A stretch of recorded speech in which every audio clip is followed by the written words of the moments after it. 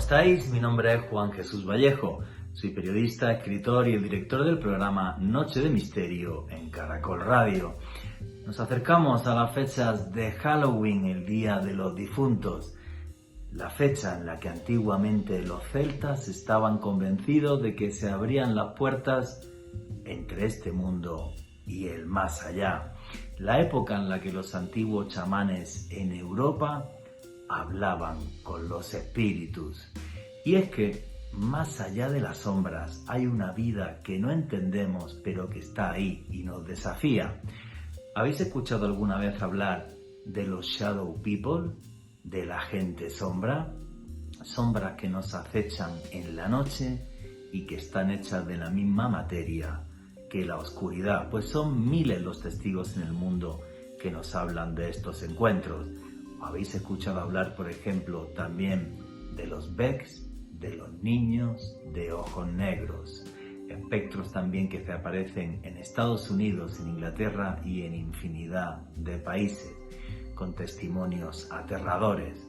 O también, por ejemplo, más allá de las sombras, la famosa Santa Compaña, la procesión de muertos que miles de testigos en el mundo han visto también cuando se acercan estas fechas.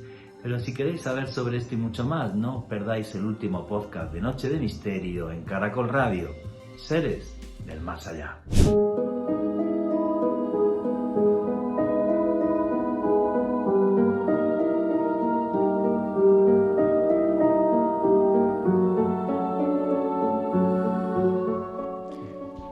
Jamás te rías de una bruja. John Bell tenía que haberlo sabido antes de estafar a Kate Bass. John Bell era el típico timador de poca monta, padre de familia con varios hijos, el típico listillo del pueblo. Tenía una vecina malhumorada, una mujer huraña, que solía estar siempre sola. Los vecinos decían que era bruja, de origen irlandés. Estoy hablando del año 1817 en el condado de Robertson, en Tennessee. Y los vecinos decían que Kate Bass era bruja porque siempre llevaba alfileres. Dicen que esos alfileres los utilizaban para hacer magia negra. El caso es que su vecino, John Bell, fue capaz a través de diferentes tretas y argucias de hacer que Kate Bass firmara unos papeles y sin darse cuenta perdió su única propiedad, su finca. Una noche, cuando perdió su propiedad, salió de ella y nunca nadie jamás volvió a verla. Se diluyó como un espectro, como una sombra, en lo más profundo del bosque. Las primeras semanas después de esto, John Bell era una persona total y absolutamente feliz. Pero esa felicidad le duró muy poco. De repente, en casa de John Bell, se empezaron a escuchar ruidos extraños.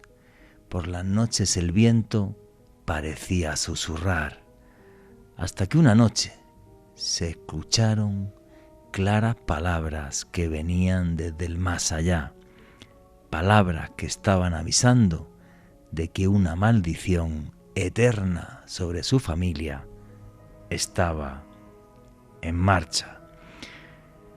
Una de las más afectadas fue su hija Betsy. Aquel espíritu demoníaco parecía no darle tregua.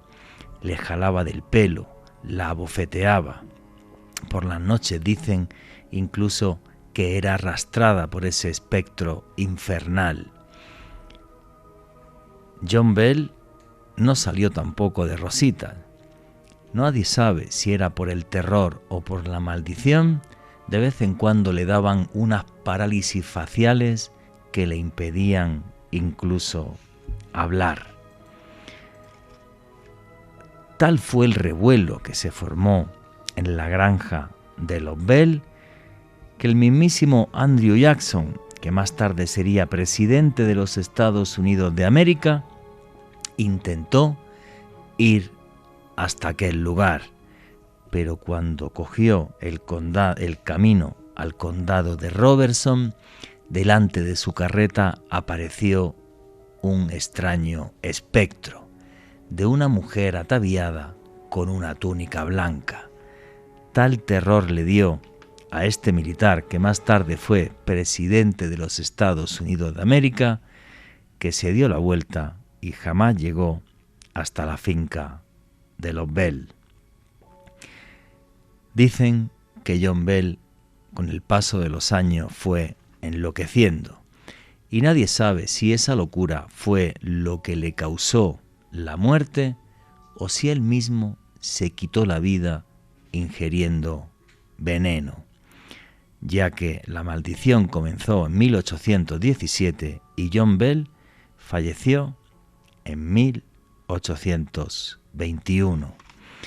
Todo esto se recopiló en diferentes artículos del estado de Tennessee.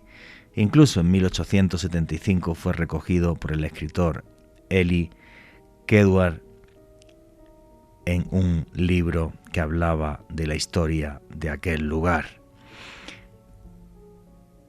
Parte historia, parte leyenda. El caso es que en este condado de Robertson, a día de hoy, todavía sigue existiendo la cueva de la bruja de Bell, la cueva en la que supuestamente habita el espíritu de Kate Bass. Una cueva que está en lo que era la finca de John Bell. Dicen que allí, por las noches, en medio de la oscuridad y del frío, a veces se escuchan extraños gritos y lamentos, porque cuando falleció John Bell, una voz espectral en la casa dijo: «En 7 años regresaré». Y a los 7 años, de nuevo en la casa de John Bell, volvió a aparecer esta voz, que de nuevo los maldijo, y ahí le volvió a decir que dentro de un tiempo otra vez retornaría.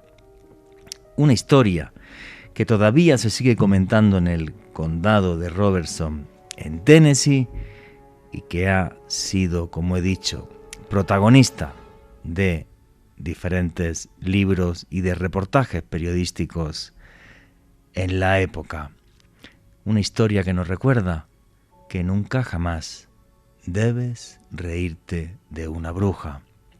Nunca jamás juegues con la magia negra, ya que puedes despertar el poder de las sombras, unas sombras que te atormentarán desde el más allá y unas sombras incluso que pueden destrozar tu vida y la de tu familia.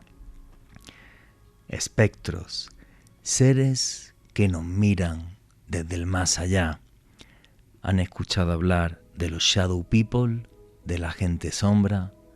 ¿Han escuchado hablar de los Becks, de los niños de ojos negros? Estas historias son mucho más recientes, mucho más investigadas periodísticamente y se alejan de la leyenda, ya que la historia de John Bell es una mezcla entre realidad y leyenda. Pasó hace 2 siglos. Tan impactante para el estado de Tennessee y tan impactante para el pueblo norteamericano que 200 años más tarde se hizo una película, El proyecto de la bruja de Blair, basándose en esta historia, esta leyenda y esta realidad inquietante, porque los periódicos de la época la recopilaron realmente como un hecho real. A día de hoy, repito, la cueva de la bruja de Bell sigue existiendo y esos extraños lamentos, sin que nadie entienda por qué, de vez en cuando siguen rompiendo el silencio de la noche. nunca jamás te rías de una bruja. Buenas noches, noctámbulos. Mi nombre es Juan Jesús Vallejo. Lo que queráis seguirme en redes sociales, mi Twitter es @JuanGVallejo, Juan J.E. Vallejo. En Instagram y en Facebook, Juan Jesús Vallejo. Y esto es otro programa de Noche de Misterio. Y aquí lo que hacemos es periodismo de misterio. Nosotros os ponemos los hechos encima de la mesa y vosotros decidís qué hay detrás y qué no. Y aquí somos una gran familia, la familia del misterio. Y por eso ya tenéis un numeral en Twitter para que pongáis vuestros comentarios, vuestras opiniones. ¿Qué opináis de esta historia de la vida de John Bell y de Kate Bass, la bruja de Bell, que siglos más tarde inspiró el proyecto de la bruja de Blair? A mí es una historia que me fascina, porque me recuerda que uno no debe de reírse de las cosas que no entiende. Sabéis que hago viajes de autor. La información de mis viajes la tenéis en la página web www.viajesjuanjesusvallejo.com. Dentro de muy poquito, espero en 10 días, tener información ya en esa página web. Tenéis un número de WhatsApp al que podéis escribir para un viaje que voy a hacer en la segunda quincena del mes de abril al Camino de Santiago en España. Un viaje para disfrutar del camino, donde se andarán máximo 10-12 kilómetros al día, disfrutando de la gastronomía española y de infinidad de misterios y de leyendas. Repito, segunda quincena del mes de abril. Ya podéis ir pidiendo información en el teléfono, en el WhatsApp que hay en la página web www.viajesjuanjesusvallejo.com, y dentro de pocas semanitas tendré información de un viaje que voy a organizar a Turquía a finales de mayo del mes que viene. La historia de la bruja de Blair. La historia que nos recuerda que jamás debes reírte de la sombra, porque siempre estarán ahí. Y arrancamos sin más dilación. Alejandro Bernal, amigo, compañero, ¿cómo estás? Muy bien, Juan G. Un saludo para ti, también para nuestros invitados de excepción de este programa, Amado Martínez, Tania Velázquez, Esteban Cruz, y un abrazo enorme para todos los oyentes que en este momento sintonizan la señal de Caracol Radio y todas las personas que escuchan este contenido a través del podcast que publicamos en el canal de YouTube de Caracol Radio. Hoy en un programa muy especial, Juan G. Seres del más allá, procesiones espectrales, íncubos, seres que realmente tejen un preámbulo perfecto para lo que va a ser el Halloween, el Día de las Brujas. Efectivamente, y es que estamos ya muy cerquita a Halloween, el Día de Difuntos, y estamos cerca también de lo que antiguamente era el Samhain, la fiesta del Año Nuevo en los celtas, cuando los druidas encendían hogueras y se comunicaban con los espíritus y daban mensajes de los espíritus a todos los miembros de la tribu cerca de menires y de lugares sagrados. Por cierto, en la introducción di un dato mal. El primero que recoge en un libro la historia de la bruja de Bell fue Arbel Virgil en 1886 en el libro Historia de Tennessee. Aunque, como repito, apareció en recorte en prensa muchísimo antes. Una historia que a mí me fascina. Alejandro Bernal, por cierto, que das una conferencia junto con nuestro buen amigo y hermano Néstor Armando Alzate este próximo jueves. Yo voy a estar, no voy a hablar, estaré borracho, tomaré cerveza, estoy de descanso. Algún comentario haré, pero nimio, ¿vale? Pero ¿dónde va a ser la charla? ¿Cómo se pueden contactarte? Venga, cuéntalo. Aunque Néstor te condenó, Juan G. La charla va a ser este jueves 2 de noviembre a las 7 de la noche. Toda la información la tienen en mi Twitter, @alebernalpress con doble S, el maestro Néstor Armando Alzate. Este servidor vamos a estar hablando sobre ese sincretismo en donde se relacionan el Samhain, el Halloween, el Día de los Muertos, todo este ambiente que permea estos días tan especiales, estos días que estamos celebrando precisamente en este programa de Noche de Misterio. Así que todos invitados, les recuerdo toda la información en mi Twitter, @alebernalpress con doble S. Bueno, pues todos allí invitadísimos. Yo estaré segurísimo en esta vaina. Amado Martínez, ¿tú vas a ir o no? Pues me lo estoy pensando porque la verdad es que es bastante cautivadora la oferta. Seguramente también. Historias de terror, cerveza, buenos amigos, buen rollito. Yo, si Alzate dice que el Samhain es una fiesta española que nos robaron los americanos, aplaudo. Bueno, española, digamos celta, ¿no? ¿Gallega? Gallega sí, pero también hay que pensar en Irlanda y en otros sitios. Bueno, ahí anda el tema. Eso un día, eso da para un Yo programa. lo puedo demostrar, sí. ¿Sí? Sí. Ahora pues, venga, bueno, vamos a ver. Mado Martínez, vamos por partes, que yo me he puesto aquí. Mado Martínez, que acaba de sacar un libro que se llama Misterios del Mundo, de Ediciones B, donde recoge una cantidad de historias de terror que ella misma ha vivido, que ha investigado en un libro fascinante. Yo esta tarde me he estado devorando una buena parte para hacer el programa ahora y he disfrutado como un niño pequeño. Eso sí, me lleva un susto con el gato que tengo en casa que no os podéis imaginar. Justo cuando estaba leyendo de los Becks, de los niños de ojos negros, se me puso el gato por detrás y lo vi así como de refilón y pegué un bote que ni te imaginas. O sea, menudo susto me llevé. Mado Martínez, que ya la conocéis, ha estado varias veces aquí en el programa, escritora española, también vive en Colombia como este servidor, que estamos otra vez recolonizando el continente. No, Una cantidad. no. Se viene una funada, Juanje, por eso que acabas de decir decir. que yo no soy una mujer del siglo XVI. Que además somos poquísimos españoles en Colombia. Así que nada, pero bueno, dicho en plan broma, leche. Mado Martínez, antes de que nos digas que el Samhain es una fiesta gallega y antes de que hablen Esteban Cruz y Tania Velázquez, que están aquí, como la gran protagonista eres tú y por tu libro, ¿por qué te has decidido a escribir Misterios del Mundo? Todas estas historias de terror. Uy, pues porque yo creo que al final son pues tantos kilómetros en busca del misterio, 20.000 leguas de viaje submarino y 20.000 leguas en busca del misterio. Y la verdad es que siempre digo que Misterios del Mundo es un libro de personas, no de fenómenos. Porque al final son todas y cada una de las personas que me han confiado su caso, su historia. Cada vez que yo me he chupado kilómetros de carretera, que he viajado a México, a Bulgaria, a Irlanda, al Reino Unido, a Francia, a Canadá, a recoger ese testimonio y a buscar a esa persona que dice que ha visto algo, que ha vivido algo, pues ese relato es muy valioso y ese relato es un regalo que me hacen a mí.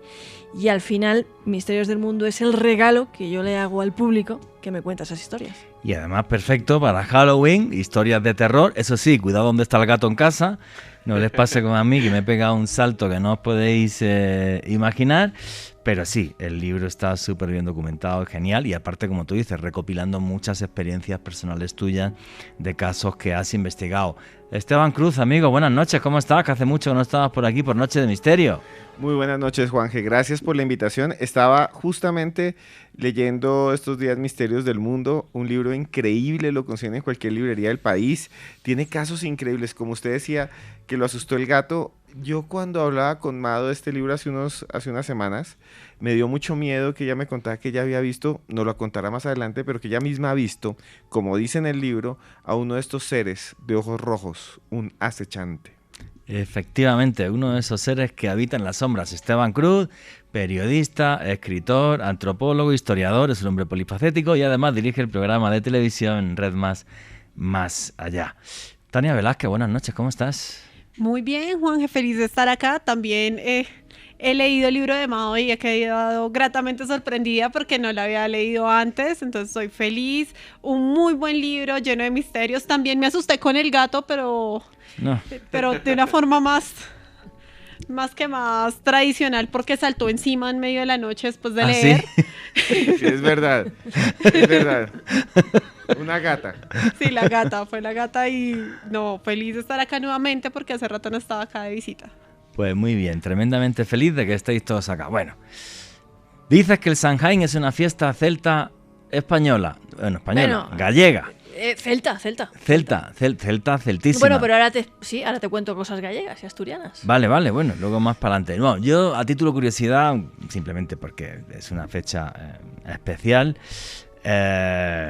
hice un reportaje para un programa muy conocido en España que se llama Cuarto Milenio, en el que trabajé 5 años, donde me fui hasta un lugar en Francia que se llama Entremont. Los romanos lo llamaban Intermundum, Entremundos.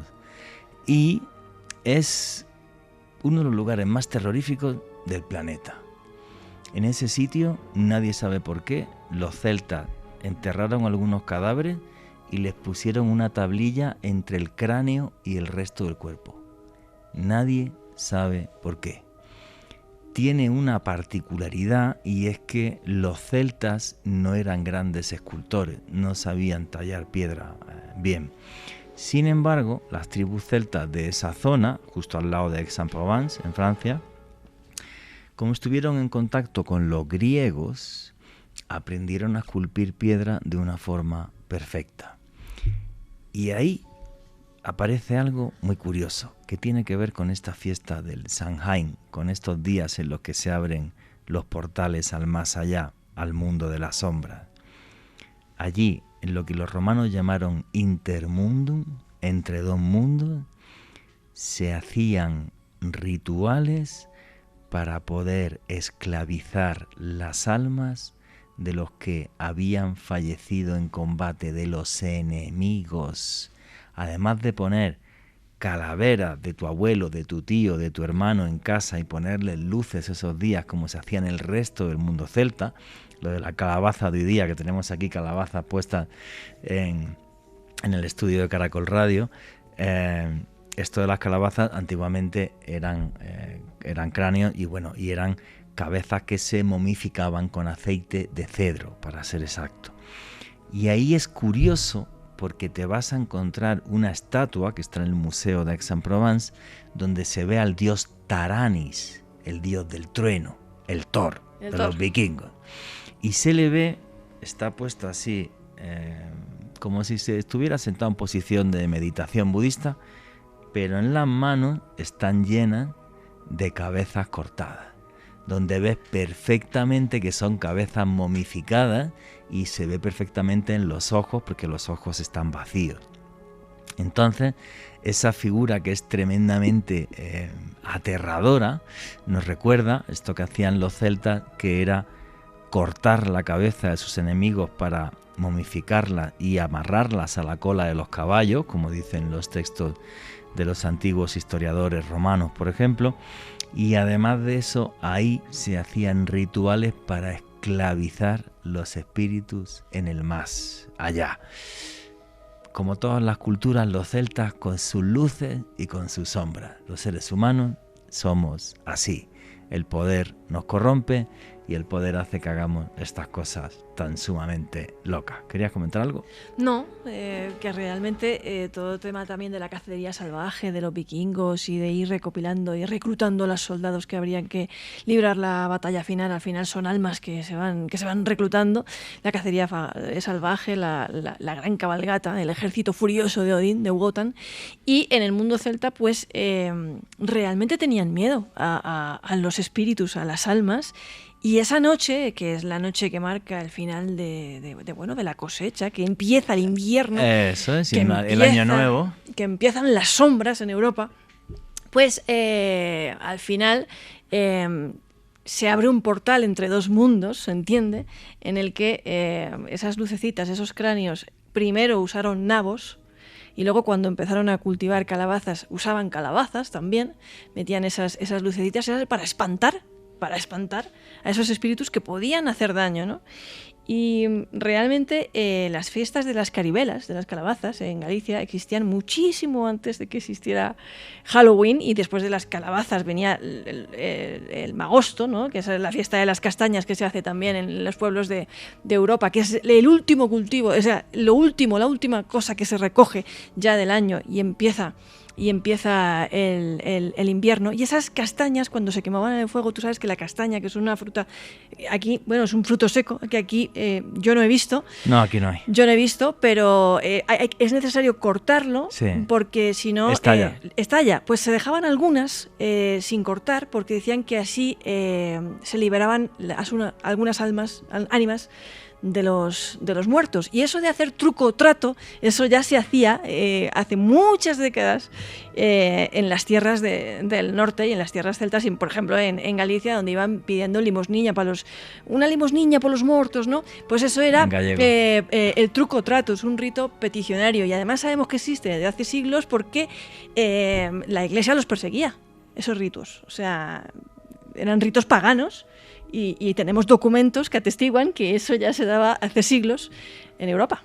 Qué curioso, aunque luego el Halloween moderno se inventó en Estados Unidos, tal y como lo conocemos a día de hoy. Alejandro Bernal, ¿quiere comentar algo? Sí, Juan, que sobre el culto de cabezas hay una historia genial sobre el rey Bran el Bendito de Gales. Se dice que participa en una batalla en Irlanda, es derrotado parcialmente, lo toman prisionero, lo decapitan, sus tropas logran recuperar su cabeza, se la llevan desde Irlanda hasta Gales y para esconderla de las tropas escocesas se la llevan hasta la Torre de Londres, donde la esconden. La Torre de Londres, uno de los lugares más míticos, al menos donde más se ha documentado actividad paranormal desde hace muchos siglos, Juanje. Y escondieron la cabeza del tipo allí para que los escoceses no se la llevaran. Exactamente, Juanje. Dios santo. Qué historia tan loca. Esteban Cruz, ¿qué es para ti Halloween? Que también te fascinan las historias de terror. Sí, y a mí lo que me parece interesante de Halloween es cómo llega a América y cómo se vive hoy en día, ¿no? Sí. Y hoy en día en Colombia y en América Latina es más una fiesta, es más una celebración de fiesta, de tomar, de bailar, de irse de parranda, y eso se hace desde México hasta Argentina. Hoy hay en Halloween hay cantidad en América Latina de fiestas de disfraces, pero lo interesante, Juanje, es que también se crean nuevas historias y nuevas narrativas aterradoras de casos increíbles, como el caso Colmenares, por ejemplo, un caso que marcó a Colombia desde hace ya más de 12, 13 años, que aparece ahí, que está lleno de elementos paranormales y que muy pocos han explorado. Y también, por ejemplo, en Argentina hay un montón de casos increíbles que suceden en Halloween, ¿no? Y en Chile. Entonces yo creo que, a pesar de que es una fiesta, que aquí ya no tiene ese carácter litúrgico de las almas, aquí es más, disfracémonos de Barbie o de Oppenheimer, tomémonos 20 litros de whisky, vámonos encima de una volqueta y gritemos y tiremos cosas harina por las paredes. Así pasen esas cosas, sigue teniendo un halo de misterio, sobre todo por las cosas que siguen sucediendo en esas fechas. Y creo que es muy bonito por eso, ¿no? O sea, porque hemos dejado un poco atrás, que se sigue celebrando, obvio, el día de los difuntos y tal, y muchísima gente va a ir al cementerio el día 1, pero también me parece perfecto que haya ese toque lúdico, ¿no? Y que en cierta medida convivamos con la muerte y con el más allá, porque hagas lo que hagas en esta vida, todos tenemos una cita con esa señora que un día nos acariciará la mejilla con su fría mano y nos iremos de aquí a otro mundo. Y además Halloween se hace en estos días, el Día de los Difuntos, y es el día en el que uno se comunicaba con el más allá, porque en los lugares donde realmente hay estaciones y se nota el cambio de luces, empieza la oscuridad a ganarle terreno a las sombras, empieza a haber cada vez más minutos de oscuridad y menos minutos de sol.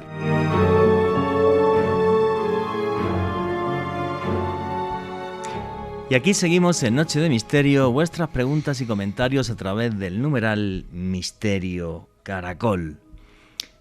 ¿Alguna vez, cuando están durmiendo y de repente abren un ojo, han visto a un ser al lado suyo que es una sombra enorme, como si la oscuridad tomara forma y te estuviera mirando desde el más allá? Un ser con capa, o un ser con sombrero, o uno que aterra mucho más, uno que tiene los ojos rojos. Se les conoce como los Shadow People, o gente sombra. Mado Martínez, ¿qué son los Shadow People? Pues son una cosa muy miedosa. Pero mucho. Realmente no los quieres ver. Y he recopilado también testimonios y da un miedo que lo flipas. Sí, no los quieres ver. Os aseguro que no los quieres ver, pero sin embargo estoy convencida de que si preguntamos a los oyentes en Twitter, es probable que muchos digan que han visto un hombre de las sombras, porque es uno de los fenómenos más comunes y frecuentes que te puedes encontrar entre la población. Realmente, yo salí del armario con el tema de los hombres de las sombras contigo en el programa de Blue Radio. Sí, cuando estaba en Blue. Porque, bueno, yo estoy aquí entre amigos, estoy contigo, que eres amigo mío, con Esteban, con Tania, con Alejandro, todos sois amigos míos. Eso es lo bueno, que los amigos estamos por encima de las marcas. Y te hacen salir, Sí. y te hacen salir del armario un poco. Y bueno, pasó que bueno, también es que yo nunca había dicho en directo que yo había visto un hombre de las sombras. ¿Cómo fue esa historia? A ver. Todavía se te mueve el pelo de punta todavía cuando lo recuerdas. Dura. Yo estaba en un colegio abandonado de Agós, que es un pueblo de Alicante. En un colegio abandonado, ya llevaba unas décadas abandonado, era un colegio de régimen franquista, de disminuidos psíquicos, y era en régimen interno, es decir, los niños dormían en ese lugar. Sí, los metían allí como escoria social y que no salieran de allí, básicamente. En la época fue un proyecto muy grande, este colegio tenía teatro, tenía unas instalaciones impresionantes, era muy grande y estaba en el monte, muy aislado. En una localidad que se llama Agost, ¿verdad? Agosto. Y bueno, yo estaba ahí, pues estábamos en una investigación de estas excursiones paranormales, que te puedes imaginar que habíamos ido a ese sitio miles de veces, porque es que está al lado de mi pueblo y es... Vamos, de Monforte del Cid. De Monforte del Cid.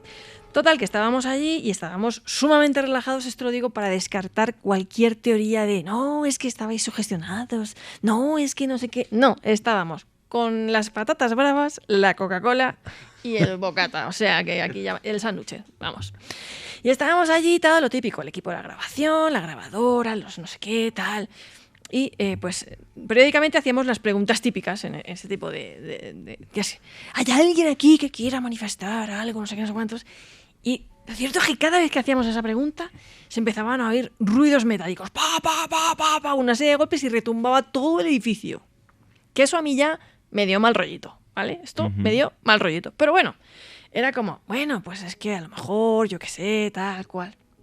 Y seguimos y nos olvidamos de eso, o sea, seguimos grabando, seguimos haciendo cosas, seguimos no sé qué, y en un momento dado, cuando ya íbamos a recoger el equipo y nos íbamos a ir, en lo alto del teatro, porque estábamos en la zona del teatro, que era como una zona súper grande, con la zona de anfiteatro para los asientos y todo eso, vimos dos ojos rojos encendidos, pero como de película de estas de los años 80, de tal.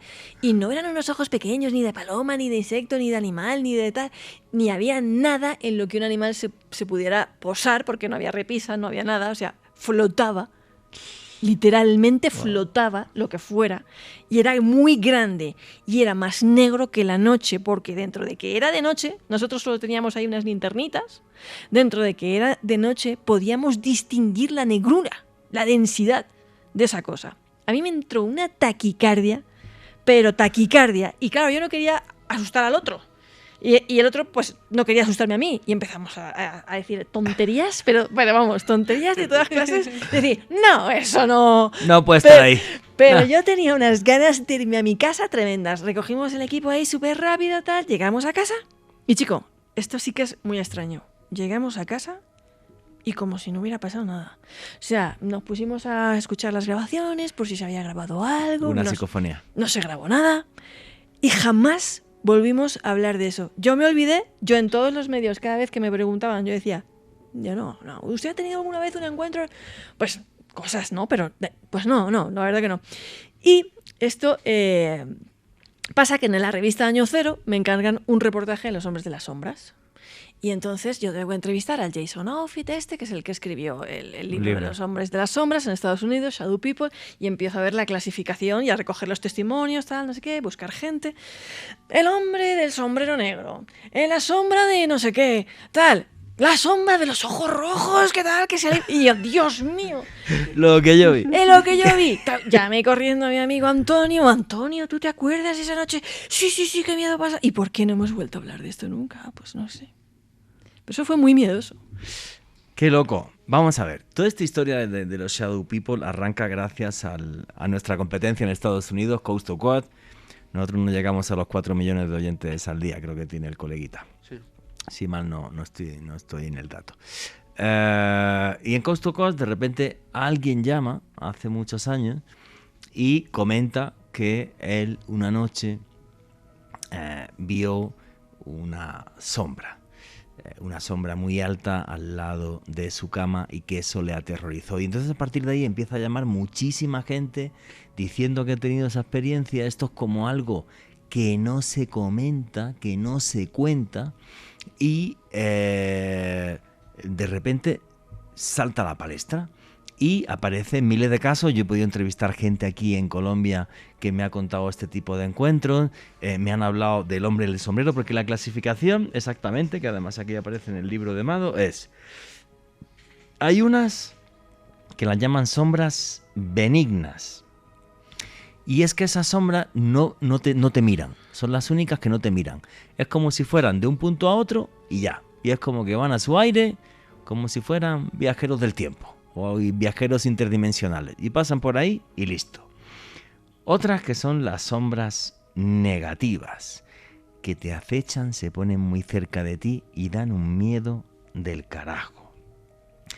Las que más terror dan, las sombras de ojos rojos, son las que se consideran más negativas y además te miran fijamente con esos ojos rojos. Ojo, cuando se habla de esta gente sombra es como si la oscuridad a su alrededor tuviera otra densidad y es lo que hace que se vea una figura, pero esa sombra a su vez no proyecta ninguna sombra más, ¿vale?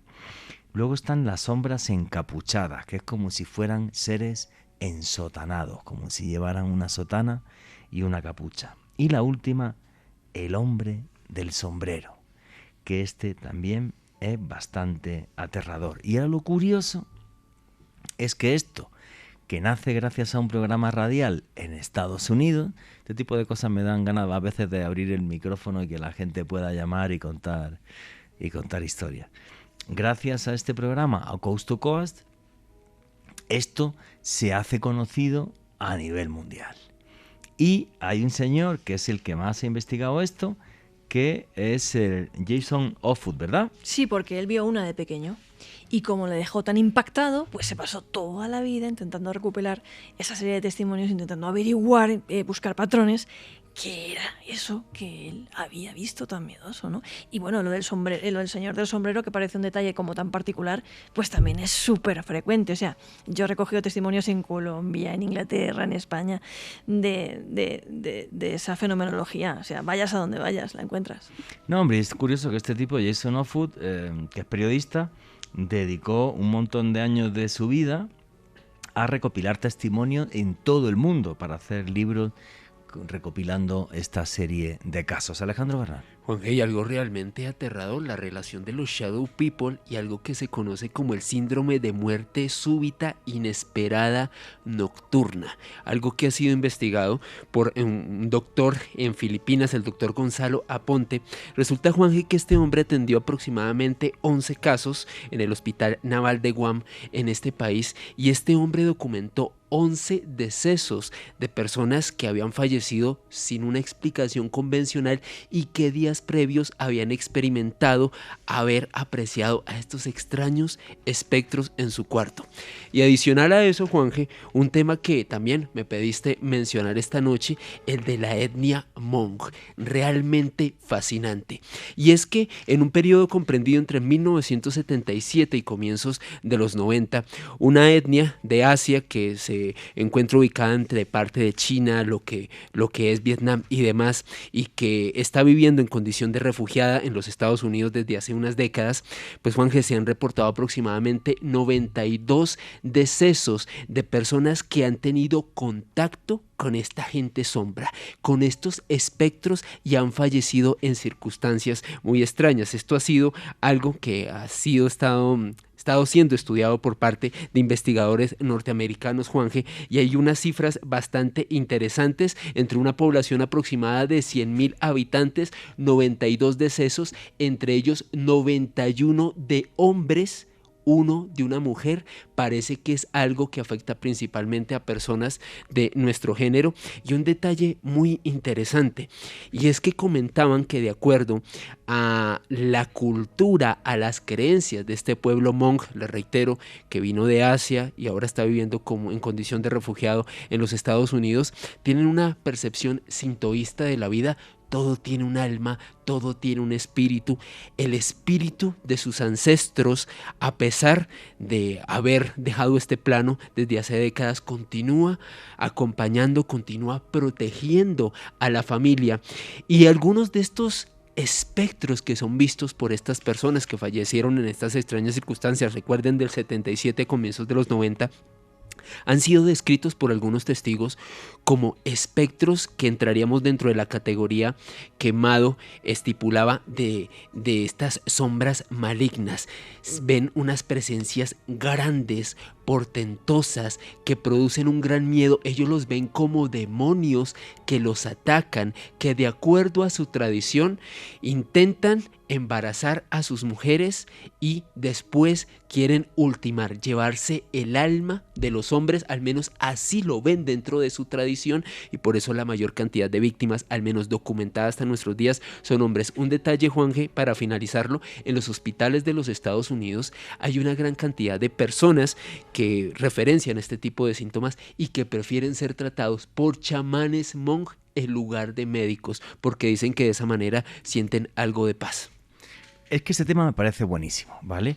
El demonio que te mata en los sueños es el Dab Tosog. Exactamente. ¿Vale? El Dab Tosog. La pesadilla en el Meath Strip se basa en esto, en el Dab Tosog, que para la etnia Hmong, que viven en diferentes zonas de China, Vietnam y tal, muchos tuvieron que regresar, ir a vivir a Estados Unidos, porque en la guerra del Vietnam se les acusó de colaboracionistas con los norteamericanos, ya que son de origen chino. Bien, hay unos dibujos del Dab Tosog que eso da un miedo, sí, que lo flipas, pero que lo flipas es que lo flipas. Y aquí la gran pregunta es la siguiente. Ahora quiero que hable Esteban Cruz, que es aquí otro antropólogo. Tenemos hoy 2 antropólogos acá. Vamos a ver. ¿Será que somos capaces con nuestra mente, si somos una comunidad y todos pensamos que algo existe, de hacerlo total y absolutamente real? ¿La fuerza del pensamiento humano? Es como cuando, ¿cómo se llama el ser este que crean los monjes budistas? Los tulpas, eso. Como cuando los monjes budistas tibetanos todos se concentran y son capaces de crear un espíritu que es un tulpa y llega y tal. ¿Será esto?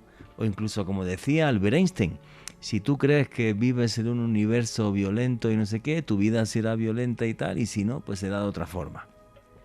¿Esto es así? ¿Qué opina Esteban Cruz, que además está ahí con el teléfono en la mano, que tiene algún dato ya que me ha buscado? Sí. No, en 1981 el New York Times publicó un artículo que hablaba de 18 personas de Laos que habían muerto porque los había atacado algo en sus sueños. Y es precisamente lo que acaba de decir Juan Jesús.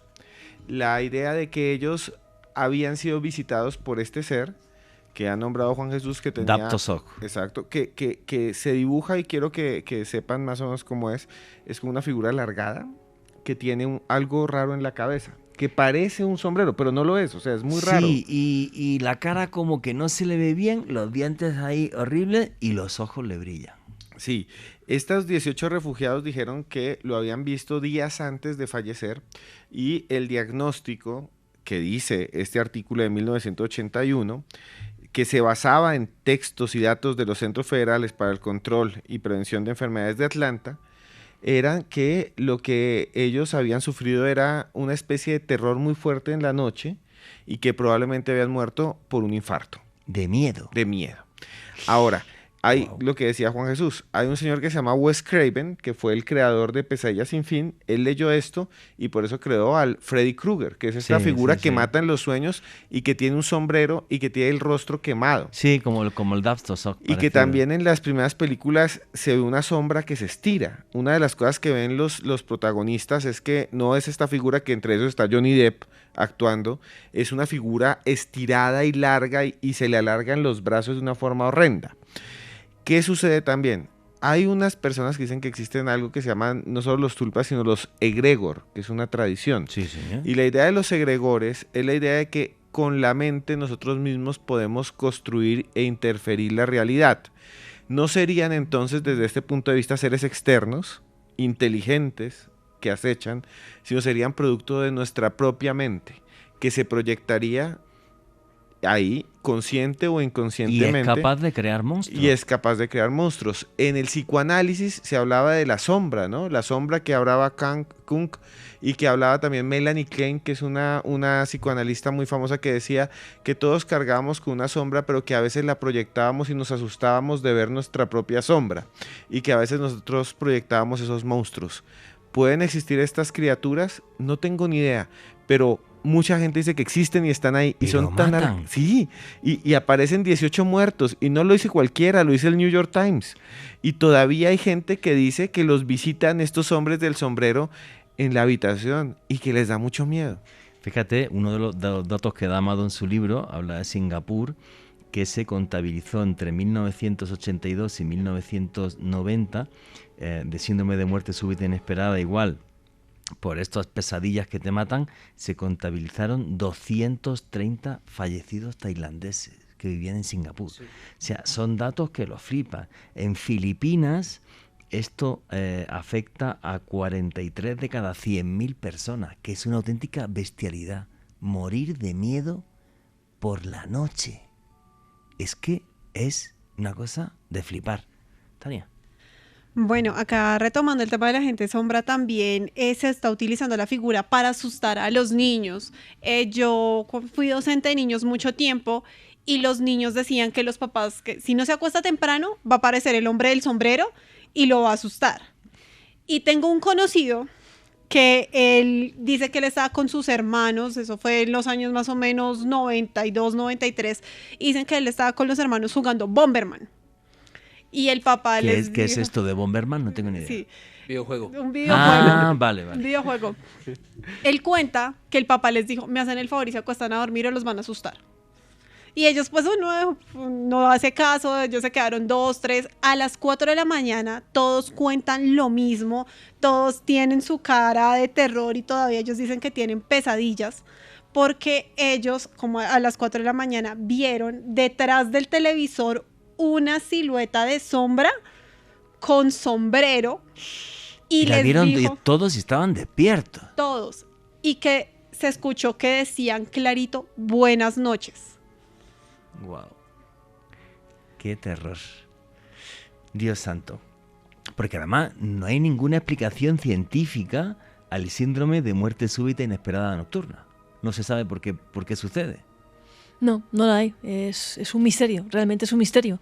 Pero fíjate, el hombre para irnos al contexto occidental, el hombre del sombrero, según me contaba a mí una enfermera, es una visión muy común entre pacientes que acaban de sufrir una intervención quirúrgica o que acaban de despertar de una operación o cosas así. Esta enfermera me contaba que muchísimos pacientes le decían cuando estaban ya en despertares, en la habitación que los ponen cuando salen de la anestesia y acaban de operarlos, que le decían, es que ha estado un hombre aquí con un sombrero negro todo el rato, ¿qué quiere ese señor, no?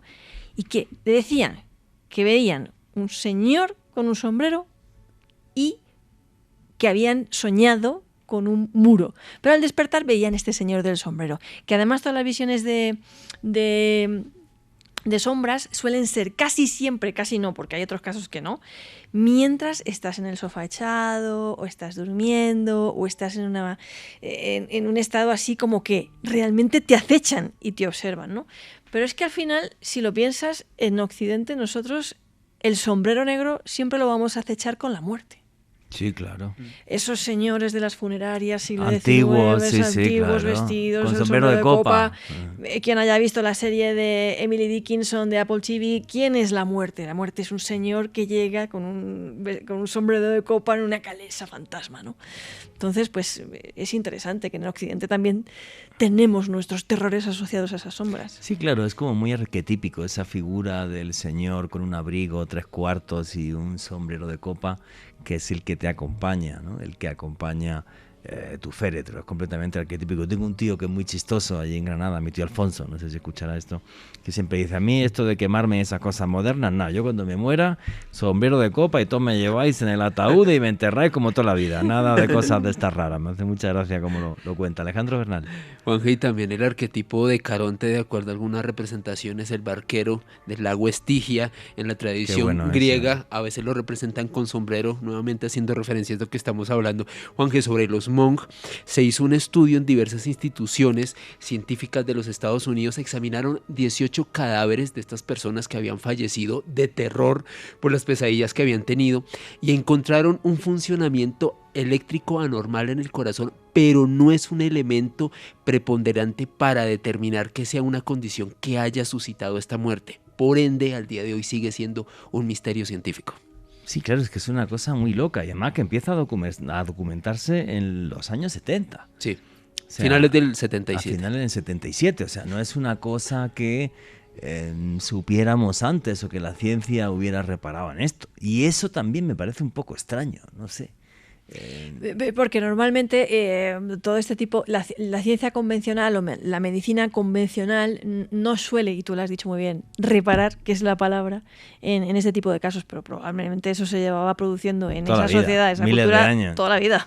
No, es muy chistoso porque hay una serie en Netflix que va sobre Morfeo, entonces en la serie de Morfeo esta, no me acuerdo el título. La de Sandman, de Sandman, Neil esa, Gaiman. Sandman. Claro. Es buenísimo porque dicen que, claro, en el año 77 encierran a Morfeo y entonces por eso es por lo que surge el síndrome de muerte súbita e inesperada nocturna, que es algo realmente extraño, que a día de hoy la ciencia, y fíjate, estamos hablando de Filipinas, 43 de cada 100.000 personas es una auténtica bestialidad, y claro, sí parece que tiene una correlación entre este Daptosog, este demonio, y esos muertos, porque parece ser también, según las estadísticas, que en Europa o aquí en América Latina la muerte súbita inesperada nocturna se da menos estadísticamente que en los pueblos del sudeste asiático donde se tiene esta creencia.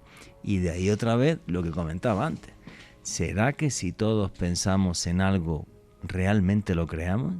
Si pensamos en un demonio, ¿realmente lo creamos? A mí me aterra, ¿no? Tal y como está el mundo hoy día, por desgracia, con tantísima violencia, que este odio ahora que está tan a flor de piel a nivel mundial, cree cosas que no sean nada buenas. Los pensamientos malos y los pensamientos negativos no traen absolutamente nada positivo. Y aquí seguimos en Noche de Misterio, vuestras preguntas y comentarios con el numeral Misterio Caracol. Muchas gracias. Aquí está diciendo Ricardo Martínez que tiene una experiencia tremenda, pero bueno, no tenemos por desgracia abierto aquí ningún teléfono. Tenemos que preguntar aquí a la gente de Caracol a ver si podemos hacer, aunque sea por mensajes de WhatsApp o algo. Sí, una línea. Sí, una línea, está claro. Eso lo vamos a intentar solucionar esta semana. Y luego nuestro amigo, el antropólogo, el arqueólogo Jaime Gutiérrez, que nos comenta cómo tuvo un encuentro con una sombra el 3 de mayo de 1997, cerca al Alto de las Piedras en San Agustín. Así que existir, señores, existen. Y qué miedo da este Daptosog. Lo ha puesto Alejandro Bernal en su Twitter, @alebernalpress con doble S, y lo he puesto también, lo he retuiteado al mío, Juan G. Vallejo, Juan J. E. Vallejo. Ahí pueden ver un dibujo del Daptosog que da un miedo que no tengo palabras, con unos ojos completamente vacíos y una figura espectral así alargada. Y hablando de figuras espectrales que tienen los ojos total y absolutamente vacíos, Mado Martínez, que son los niños de ojos negros. Los Black Eyed Kids, otro fenómeno que surge dentro de lo que es la cultura popular urbana y en los años 90, cuando recién estaba empezando Internet, funcionaban estas listas de distribución, pero no las redes sociales ni nada parecido.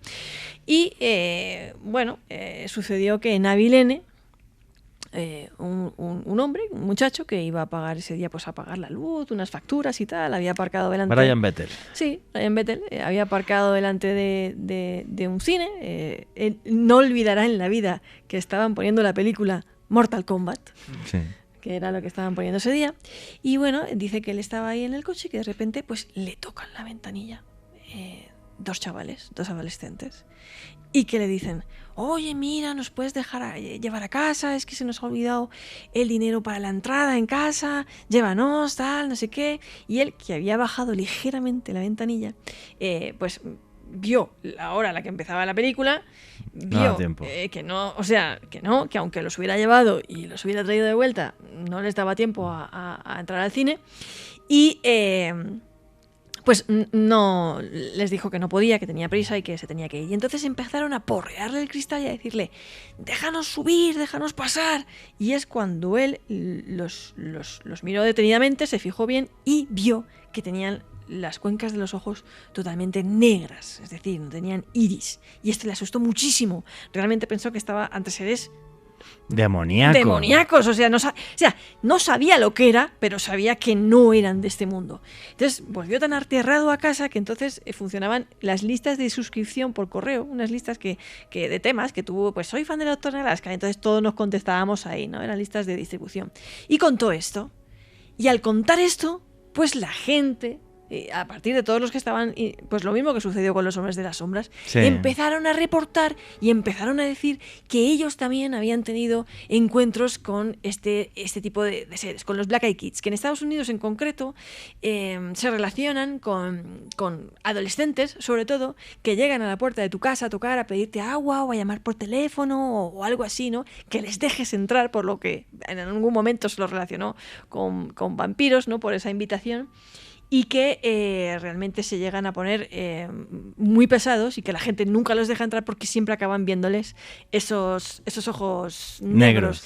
Pero en el Reino Unido resulta que esos testimonios y esos reportes ya existían antes también, sobre todo en la zona de Cannock Chase, de testimonios de niños de ojos negros, en concreto también uno muy famoso, una niña de ojos negros, que también es como una entidad lastimera, ¿no? De ir por el parque, oír una niña llorando. Pero esta da más miedo, porque lleva como un vestidito blanco y los ojos completamente negros. Esta sí da un miedo, pero tremendo.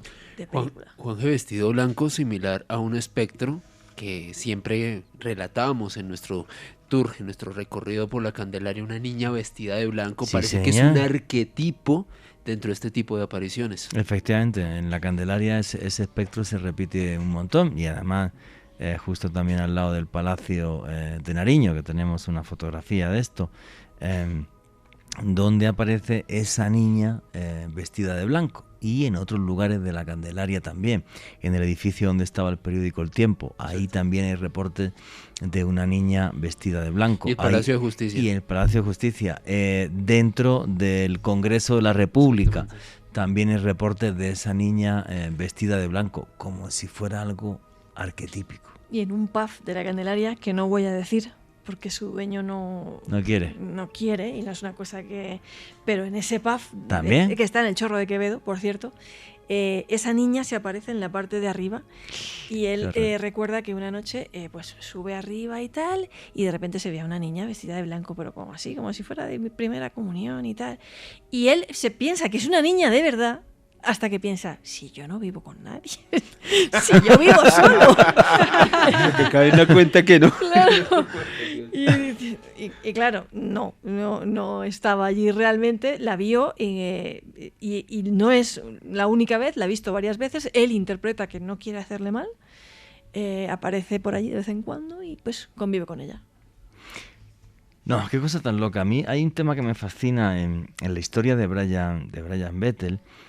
Claro, porque él lo describe con unos niños que iban como una especie de sudadera, con capucha, o sea, como era de noche no les podía ver bien la cara. Dice que tiene la piel aceitunada, el pelo rizado, y que cuando él se da cuenta de que no tienen iris, que tienen los ojos completamente negros, coge el coche, da marcha atrás súper rápido, y en ese momento el que él dice que es el interlocutor, el que hablaba de los dos, es cuando le grita, mira, se me ha puesto hasta el pelo de punta, que es cuando le grita, no podemos entrar si no nos das tu permiso, déjanos entrar, golpeando el coche. ¡Qué horror! Yo creo que no hay nada que dé más miedo que el fantasma de un niño. Porque uno no es capaz de hacerle daño a un niño. Y de repente ver un niño fantasmal, demoníaco, espectral, que te puede hacer daño a ti y tú no eres capaz de hacerle daño a él, es la cosa más terrorífica del mundo. Esteban Cruz. Hay dos cosas que quería considerar, y es que estas historias de los niños de ojos negros se vuelven populares sobre todo por internet. Y eso de déjame entrar era algo que se hablaba ya hace mucho tiempo en las mitologías de los Cárpatos, que tenían que ver con los vampiros. Sí, que el vampiro siempre había que invitarlo a la casa y si no el vampiro no podía entrar. O el Strigoi, concretamente en Rumania. En Japón, los niños de ojos negros también se volvieron muy populares, sobre todo por una serie de películas de terror japonesas que se llaman El Grito. Y en esas películas aparece un niño así y se volvió muy popular por eso. En el libro de Mado se habla muchísimo de eso, pero también yo quiero hacer una comparación, Juanje, y es que este encuentro con estas entidades o estos seres con la piel casi aceitunada, como bien lo has dicho, y los ojos negros son muy similares a los encuentros con los humanoides grises. Sí. Con los grises que aparecen generalmente, incluso con el famoso caso de los esposos Betty Hill, y también ven estos seres con ojos que no tienen nada de blanco, que son pequeños, que parecen niños, incluso en muchos encuentros con tripulantes de los ovnis, al comienzo los testigos dicen parecían niños, sí. Hasta que los vi de cerca y ya me di cuenta que no tenían nada de negro. No tenían iris. Sí, sí, exacto. Efectivamente. Y además, los grises en general, cuando hablamos de avistamientos ovni, dan un miedo terrible, porque también tenemos el fenómeno de los visitantes de dormitorio. Personas, sobre todo mujeres, que dicen que cuando están en sueños es como si estos seres pudieran parar el espacio-tiempo, se las llevan y lo que hacen con ellas son inseminaciones artificiales. Yo solo recopilé un caso una vez en Granada, una señora que era enfermera y me contaba esto llorando y aterrada. O sea, como una experiencia súper, súper negativa. Como que odiaba a esos seres, que no quería volver a verlos más y ella estaba convencida de que se habían llevado un feto de su cuerpo. Pero convencidísima. Bueno, mira, es que es un fenómeno muy, muy real. Mira a John Mack, cuando premio Pulitzer, que no era cualquiera, psiquiatra de la Universidad de Harvard, cuando realizó ese estudio, abducciones, ¿no? Sobre abducidos, y estableció un protocolo de tratamiento que por primera vez trataba a estas personas como personas que no tenían ningún trastorno psiquiátrico. Él decía que no tenían ningún trastorno psiquiátrico las personas que aseguraban haber sido abducidas, y recopiló cientos y cientos de testimonios de ese tipo, ¿no? Sí, efectivamente, es una cosa total y absolutamente aterradora. Juanje, sobre John Mack, el psiquiatra que estudió en campo el caso del ovni de la escuela Ariel en Ruwa, Zimbabue, 62 niños, o sea, un caso impresionante, pero bueno, como no estamos hablando de ovnis, sobre lo que comentabas, Juanje, de los visitantes de dormitorio, los íncubos, yo creo que de los demonios más representativos dentro de este tipo de casuística de visitantes de dormitorio, cuya antigüedad, Juanje, se remonta a Mesopotamia, 2400 años antes de Cristo. Y ya desde esa época se hablaba del padre de Gilgamesh, de Lilu. Lilu, de acuerdo a la tradición mesopotámica de esa época, era una especie de demonio que solía escabullirse dentro de los cuartos de las mujeres para poseerlas violentamente, carnalmente. Se decía que Lilu era un ser muy temido por las mujeres de Mesopotamia, y esa idea, ese relato, luego fue recogido por la tradición cristiana, fue investigado por importantes personajes como Tomás de Aquino, y otros importantes clérigos dentro del medievo describían a los íncubos como seres que realmente podían seducir a las noches espectros, sombras que irrumpían dentro de los dormitorios, que se caracterizaban por tener un pene enorme y muy frío, muy diferente, como si fuese un muerto el que estuviese interactuando con las mujeres en ese momento. Decían que tenían la capacidad de transformar su cuerpo, a veces presentarse como macho o como hembra, dependiendo de la víctima de la cual quisiesen extraer fluidos o extraer su esencia. Y hay un caso muy interesante, Juanje, es un tratado del rey Jacobo VI de Escocia, un tratado de demonología de 1597, que hace referencia a cómo estos íncubos, que tenían esa capacidad de cambiar forma, como dirían los norteamericanos shapeshifter, cambiando su forma, se escabullían en cuartos de los hombres, se transformaban en mujeres, adoptaban forma de súcubo, robaban la esperma de los hombres más viriles y luego se escabullían en los cuartos de las mujeres, adoptaban esta forma de íncubo con este pene enorme y frío y fecundaban a estas féminas para engendrar demonios en la tierra. Dios santo, qué horror. Es una historia que es ancestral, que está entre nosotros, de esos seres también que nos acechan en la noche como la gente sombra y que mantienen relaciones sexuales con nosotros. Tremendamente desagradable. Fíjate cómo describía ese pene totalmente frío, como de muerto, y además de un tamaño enorme, con lo cual produce dolor en la vagina a las mujeres. Y es también pues como el Dap Sok, ¿no? Este demonio vietnamita, chino, de la etnia Hmong. Es igual en la Europa y en Oriente Medio desde hace miles y miles de años. Juanje, esto me recuerda muchísimo a algo que está en ese libro de Mado Martínez que les recomiendo a todos ustedes. Y tiene que ver un poco con un caso que para mí es el caso más importante, ya lo habíamos hablado alguna vez con Mado, que es el de Carla Morán. Sí, claro. Que es un caso investigado a profundidad por grupos de psicólogos. Por la Universidad de California, incluso. Sí, que claro. terminó convirtiéndose incluso en una película muy famosa. El Ente. El Ente.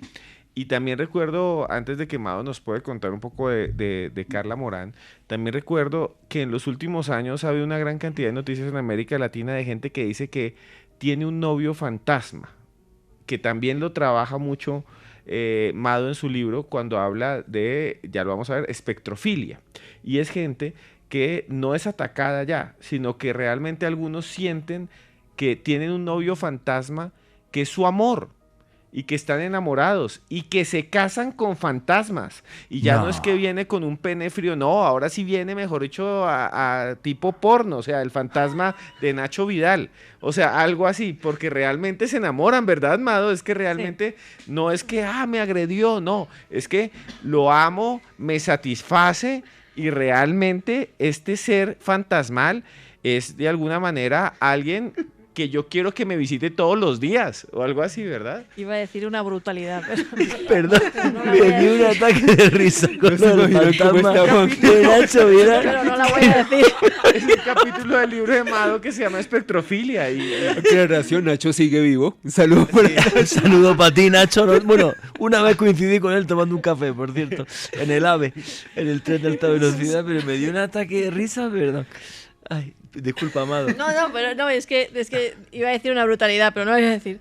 Relájate, sí. Resulta que bueno, el caso de Carla Morán y el caso de la espectrofilia están relacionados, pero son diametralmente opuestos, porque claro, Carla Morán es que era violada sistemáticamente por un ente, así es como se llama la película. Eso está inspirado en hechos absolutamente Pero que se investigó en la Universidad de California, en el Departamento de Trastornos del Sueño, además, y eso pasó una vez, incluso delante de los psicólogos. El laboratorio en la habitación. Una habitación de laboratorio para ella, monitoreada, en la que se la veía sufrir estos ataques que dejaban además huella física. Le dejaban desgarros vaginales. Desgarros vaginales, esto es muy fuerte, desgarros vaginales en su cuerpo. Y además hay una fotografía que aquí Alejandro, que es un máquina del archivo, la va a localizar inmediatamente y la va a poner en Twitter, que es una fotografía en la que se ve como un arco, un haz de luz, un halo, que Sí. ahí queda para la historia de la investigación paranormal, a la que tampoco nunca se le ha podido dar ninguna explicación, y que su caso se tuvo que cerrar sin poder dar ninguna explicación. Sus hijos hasta el último día afirmaron y confirmaron que ella siguió teniendo estas violaciones sistemáticas toda la vida hasta que murió. Ella vivió en una agonía tremenda. Y bueno, eso queda ahí para que todos sigamos investigando y preguntándonos qué es lo que pudo pasar, ¿no? Pero fíjate, la espectrofilia es otra cosa totalmente diferente y se da normalmente en mujeres. Yo todavía no he encontrado un caso de hombre, bueno, por lo menos que haya entrevistado yo. Casi todos son mujeres. Y son mujeres que se enamoran de un espíritu, de un fantasma, de un espectro.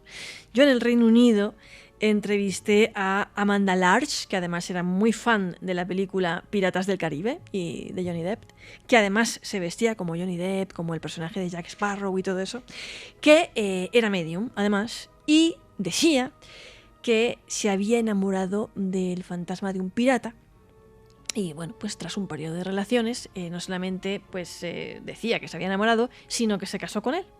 Es decir, esta mujer armó una ceremonia en la que participaron varias personas, fue la familia, se fueron de luna de miel. Y no solamente eso. Y ella decía que tenía sexo con el pirata también. Sí, claro. Y además, luego se divorció de él. Porque decía que era un pendenciero y un posesivo, aunque se puso tóxico. Y no funcionaba como Nacho, me imagino. No, que ya había sufrido mucho ya con él y que no. Y bueno, y aquí en Colombia, hace relativamente poco, rescaté el caso de una mujer que dijo que tuvo relaciones todas las noches durante 20 años con un fantasma. Y decía que era muy grande. ¿Aquí en Colombia? Sí, decía que era muy grande, no sabemos qué.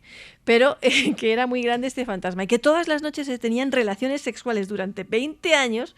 Un máquina este tío, ¿eh? Durante 20 años, todas las noches, sin fallar. Y, ¿qué pasa? Que una noche lo vio.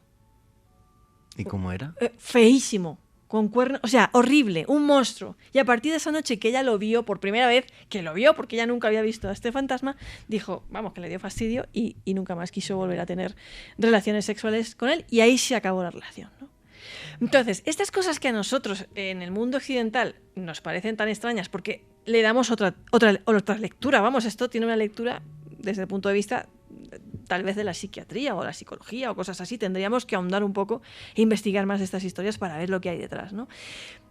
En otras sociedades y en otras culturas son súper normales porque forma parte de la cultura. Es decir, en China es normal casar a los hijos que han muerto jóvenes con alguien vivo. Obvio. ¿Ah, sí? Existen los matrimonios fantasmas, celebran una boda, un ritual en la que ponen las fotos de los novios, las familias llegan ahí a sus acuerdos de dotes, de lo que sea de tal, y después desentierran los huesos de ella o de él y los ponen en el del otro, ¿no? Si es que están los dos muertos. Pero normalmente es uno vivo y otro muerto. Y esto llegó a ser tan grave y llega a ser tan importante en esa cultura que a veces se han llegado a cometer incluso asesinatos para proveer otro novio fantasma y que no queden sin pareja. Porque ellos piensan que el soltero o la soltera que se muere joven y sin casarse, pues esto trae muy mala suerte a la familia y además piensan que van a estar solos en el más allá y que eso es muy malo y cosas así. Pero es que en Francia el gobierno francés aprobó una ley en la que tú te puedes casar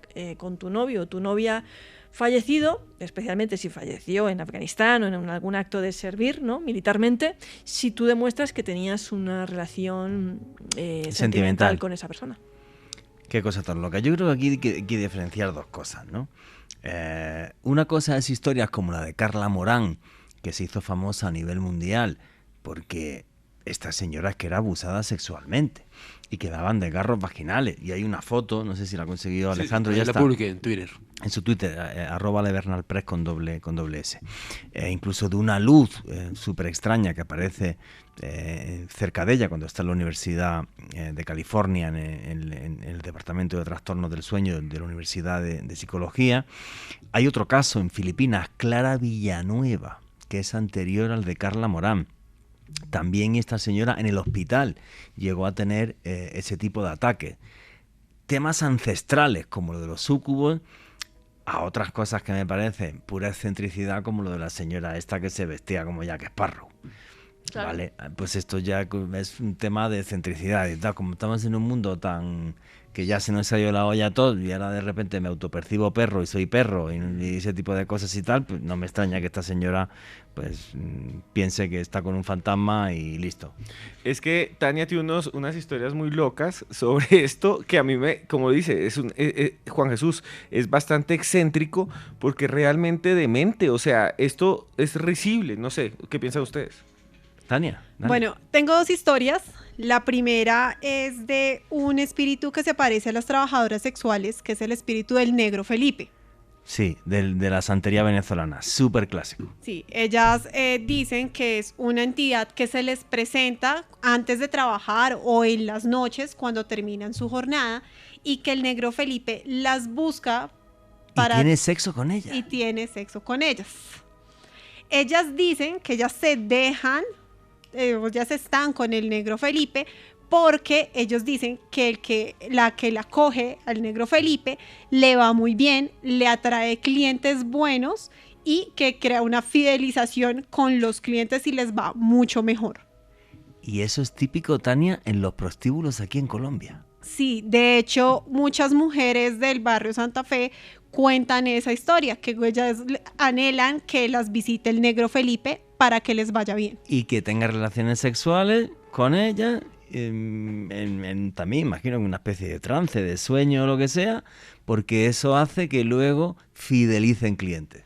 Exactamente. Hay mujeres que no conocían la historia del Negro Felipe, que son normalmente las trabajadoras sexuales que son nuevas, y ellas cuentan a las otras que es que lo que pasa es que siento que por las noches alguien quiere poseerme, quiere tener sexo conmigo y yo no sé quién es. Ellas les dicen tranquila que es el Negro Felipe que la quiere bendecir a usted para que tenga mejores clientes y le vaya muy muy bien. Dios santo, este país cada día me fascina más. O sea, lo de Colombia. Fíjate que, y contigo, Esteban, he hablado muchas veces de historias del Negro Felipe y en los prostíbulos que se hacen rituales al Negro Felipe y además que las prostitutas cogen los preservativos de los clientes con el semen y le hacen rituales al Negro Felipe y enterramientos porque así el cliente es que se le va la cabeza y se va a gastar toda la plata. Eso es muy común, mucho más común de lo que la gente puede imaginarse. Ahora ya, que llegaran a tener relaciones con ese ente del más allá, con ese semidios de lo que es la santería venezolana, ahí ya me has dejado en shock. Y de las cosas absurdas de la espectrofilia, ya no hablando de los casos de Carla Morán y estas apariciones, es que hay una muchacha, una señora que se llama Kathleen Roberts en Estados Unidos, que dice que tiene de novio a Michael Jackson fantasma.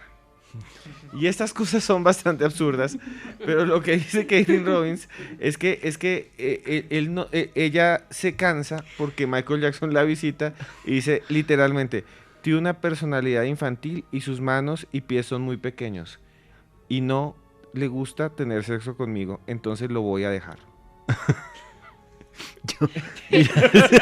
Una erotomanía un poco rara ya.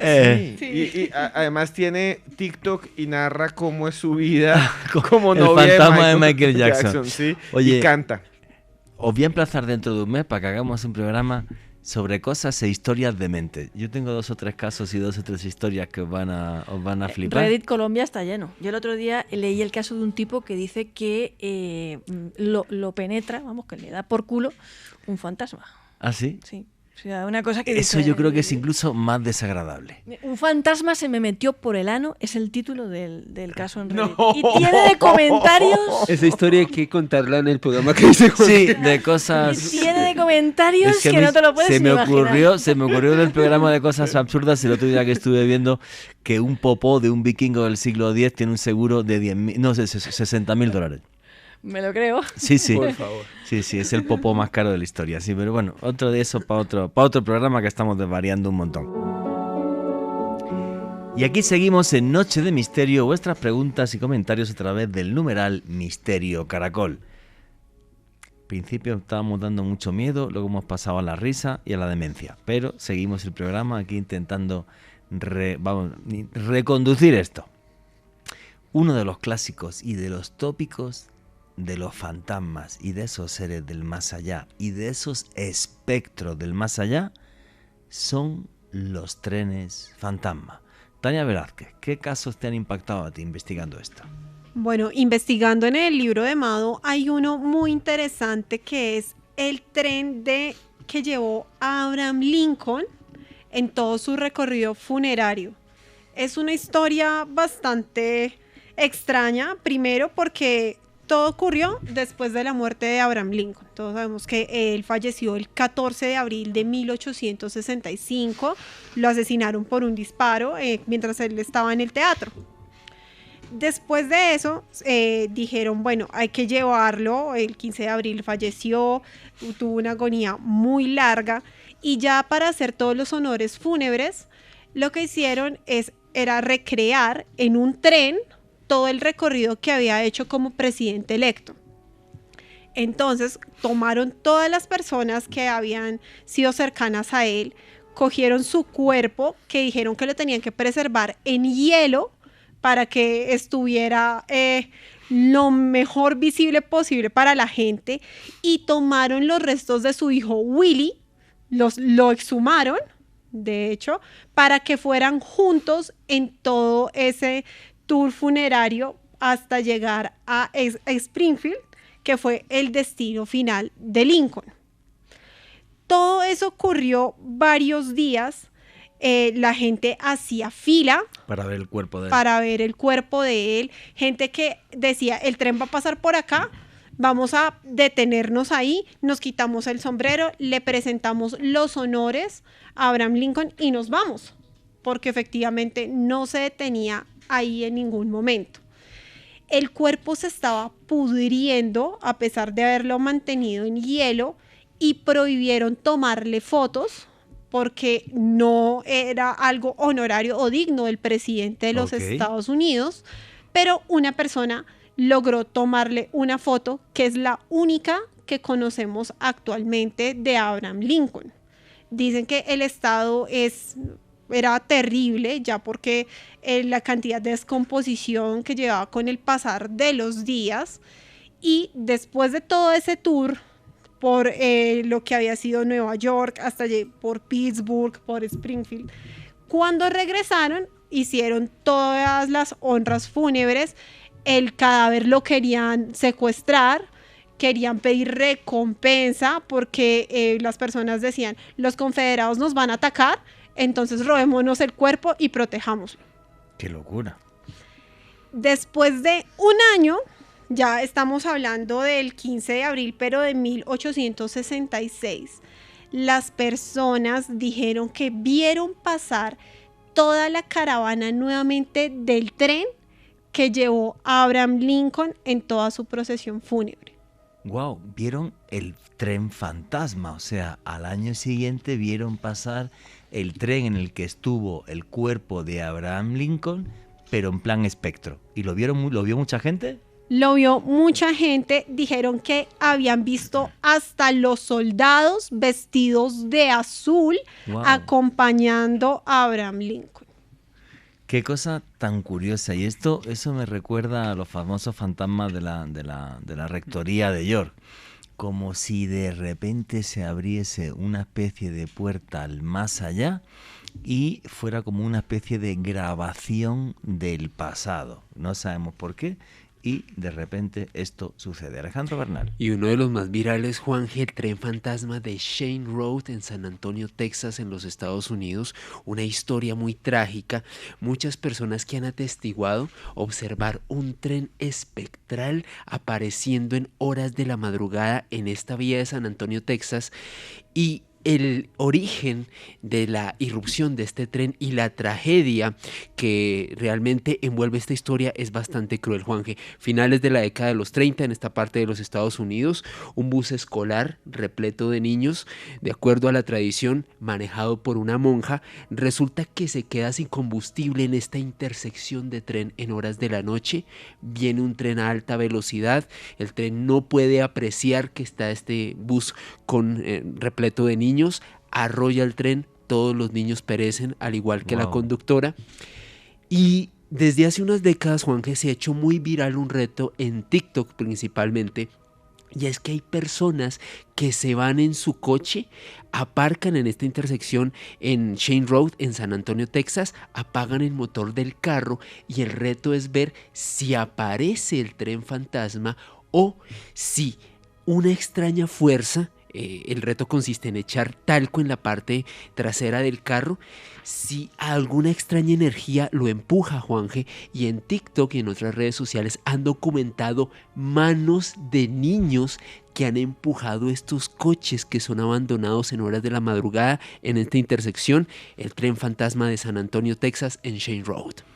Wow, vaya historia, como de repente parece que se abren portales que nos traen cosas que sucedieron hace muchísimo tiempo y vuelven a verse, pero en plan espectro y fantasmal. Y si hay en esta época del año algo que es recurrente a nivel mundial, son las procesiones de muertos, la Santa Compaña. Y un buen amigo, José Luis Hermida, las ha investigado y nos ha mandado este audio. ¿Qué es la Santa Compaña? Pues es una procesión de almas en pena que vagan por las calles del pueblo, por los montes y por los acantilados, entre otros sitios en mi tierra, en Galicia. Envueltos en sudarios, blancos, negros y además encapuchados, se mueven a la luz de candiles, antorchas o incluso hay quien dice de huesos ardiendo. Hay un olor a cera e incienso cuando pasan y tocan una pequeña campanilla que anuncia su presencia. Parecen flotar y caminan entre rezos y cánticos fúnebres que causan pavor y terror a todo aquel que los oye. ¿Que cómo es la procesión? Pues al dar las 12 de la noche en el campanario de la parroquia, las almas de los muertos se levantan de sus tumbas del cementerio, cogen lo que necesitan de la iglesia, velas, cruz, agua bendita, faroles, y recorren el pueblo acercándose a las casas de aquellos que van a morir próximamente y también a los acantilados donde van a naufragar los barcos. A veces, una persona viva precede a la procesión portando una cruz, de la que no puede desprenderse de por vida, a no ser que al dársela a otro mortal, éste acepte cogerla. ¿Quién ve la Santa Compaña? Pues la ven solo algunas personas muy especiales que tienen lo que se llama el don de corpo aberto. Son personas sensitivas, personas bautizadas por error con los óleos de la extrema unción en vez de los óleos bautismales, e incluso personas que tocan a una de estas personas que tienen esa sensibilidad de corpo aberto. Hay unas fechas principales en que se aparecen, aunque se pueden aparecer muchos días, pero hay unas fechas principales, por ejemplo ahora, Todos los Santos, 1, 2 de noviembre. ¿Dónde? Pues Galicia, Portugal, Asturias, Zamora y bajo otras denominaciones en otras partes de Extremadura y a veces también fuera de España. Pero hay una cosa muy clara: ¿cómo librarse de la Santa Compaña? Cuando tú te encuentras con la Santa Compaña por uno de los caminos que recorres de noche, pues te puedes subir a los escalones de un cruceiro. Un cruceiro es una cruz que está en una peana con varios escalones que hay en Galicia en los cruces de caminos y que tiene esa capacidad mágica protectora contra la Santa Compaña. O agarras una cruz que lleves colgada al pecho y digas: cruz teño, ya tengo cruz, para que no te dé la Santa Compaña la cruz que lleva, porque si no tendrías que seguirla. También, si no tienes esa cruz, ni hay un cruceiro cerca, formas una cruz con los palos que encuentres en el suelo. Miras para abajo, nunca directamente, y esperas que pase. También puedes trazar un círculo en el suelo y tumbarte dentro, boca abajo. O en último extremo, hacer una cruz con tus brazos y con tu cuerpo, agachar la cabeza y esperar que pase. Y tener la suerte de que nadie se dé cuenta que estás o te considere protegido. Esto es más o menos la idea de lo que es la Santa Compañía, muy conocida en mi tierra, muy popular en mi tierra y de la que yo he investigado varios casos únicos y totalmente originales. Muy buenas noches, Juan G. y compañía. Hasta otro momento. Y un fuerte abrazo a mi maestro y amigo José Luis Hermida. La Santa Compañía, la procesión de muertos. Y esto sucede sobre todo en esta época, el día 1 y 2 de noviembre. Y es súper típico en la España celta, en Galicia, pero también en otros lugares del mundo.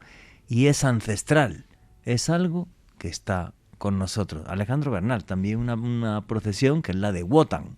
Exactamente, Juanje, el ejército de Wotan, que ha sido documentada por antropólogos, etnógrafos, que hace referencia a Wotan, otro de los nombres de Odín, el dios supremo dentro de la mitología nórdica. Y es que de acuerdo a esta tradición del norte de Europa tan importante, en lo que sería el Ragnarok, esa batalla final, ese gran apocalipsis, Odín tendría que realizar una batalla con un ejército numeroso que iba a ser reclutado, por así denominarlo, gracias a sus hijas, las valquirias. Estas mujeres se iban a encargar de seleccionar algunos de los guerreros más hábiles, más avesados, más valientes de las batallas. Cuando perecieran, los iba a llevar a las huestes, a las tropas de Wotan, de este Odín, para poder liderar esa última batalla en el Ragnarok. Algo muy impactante dentro de esto, Juanje, es que hay muchos lugareños, no solamente antropólogos y etnógrafos, sino personas de estas zonas de Escandinavia, del norte de Europa, que han atestiguado observar a una procesión de guerreros ataviados como con este aspecto vikingo, como estos guerreros, como estas tropas que estarían acompañando a Odín, y en muchas ocasiones acompañados por un lobo negro que realiza un aullido realmente lastimero que les hiela la sangre a las personas que escuchan esto. Esta procesión de guerreros del ejército de Wotan, que le reitero ha sido documentado, ha sido observada por muchas personas, y que sería este ejército que apoyaría a Odín, este ejército de Wotan, en el Ragnarok, en el apocalipsis, de acuerdo a los vikingos. Apariciones espectrales de toda una tropa, un ejército, procesiones de muertos. Mado Martínez, ¿qué opinas de todo esto? Bueno, el origen de la Santa Compañía y de todas las procesiones espectrales que también llegaron a América Latina, que las hay, que bueno, están en México, en Costa Rica, en Chile, ¿no? Pues realmente tienen su origen en la cacería salvaje, que es el ejército furioso de Wotan, que lo acaba de contar Alejandro, que hasta Carl Gustav Jung lo vio. Sí, una noche. O sea, Jung lo vio. Vio las luminarias. Uno de los padres de la psicología moderna. Dice Exacto. que vio esas luces y que él estaba convencido de que era eso, sí. Él estaba en Suiza, convencido. ¿verdad? Sí. Lo vio en Suiza. Entonces, realmente la visión de la Santa Compañía, que se llama en el norte de España, en Asturias la Huestía, Contejo de Muerte, hasta en el Reino de Nueva Granada tenemos testimonios. Existe en todo el mapa de la península ibérica, existe en todo el mapa de Europa y existe en todo el mapa o gran parte del mapa americano, de América Latina y América Latina, ¿no? Es una visión terrible. Nadie quiere encontrarse con la Santa Compañía. Es espantoso, es temeroso, es un mal augurio. Porque si te encuentras con la Santa Compañía, te pasa algo a ti o le pasa algo a alguien de tu familia.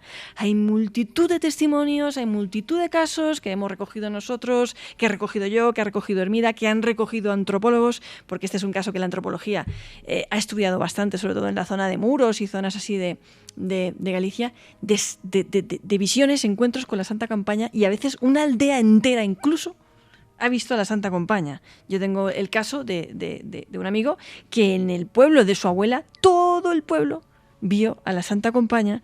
Todos se escondieron en las casas, dejaron las puertas abiertas porque dicen que si viene la Santa Compañía tiene que encontrar salida igual que la entrada. Se escondieron para no ser señalados por la Santa Compañía, y hasta tuvo que ir un cura después a bendecir los caminos por donde había pasado la Santa Compañía, porque la visión de esta procesión espectral es terrible, nadie quiere encontrarse con ella. Tenemos testimonios, documentos de viajeros del siglo XIX que solían viajar, pues como Víctor Hugo, ¿no? A recorrer España en tartana, que era lo que existía entonces, ¿no? Y ir con estos guías en las zonas del norte de Galicia y decir al guía, no, ya va a oscurecer, vámonos a la posada porque yo no me quiero encontrar por los caminos con la Santa Compaña, ¿no?